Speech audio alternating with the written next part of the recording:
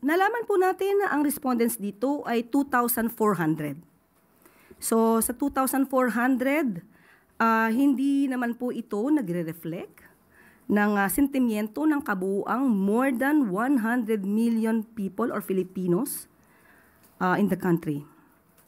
But dahil nga nakita at nabanggit natin itong mga fake news, sumasalamin din po ito sa impluensya ng mga fake news na nagkakalat. Dahil dapat natin malaman ang mga respondents, saan ang mga respondents, ang mga respondents ba ito ay nakakatanggap ng totoong news o naiimpluwensyahan ng fake news. So ang mga respondents ba na ito ay hindi nakakarating ang tulong ng gobyerno? Ito ay titignan pa rin po ng administrasyon. Hindi naman po natin hindi papansinin kung ano ang mga sinasabi ng survey. Pero muli, 2,400 ay hindi po ito kabuuan na sentimiento ng buong Pilipinas.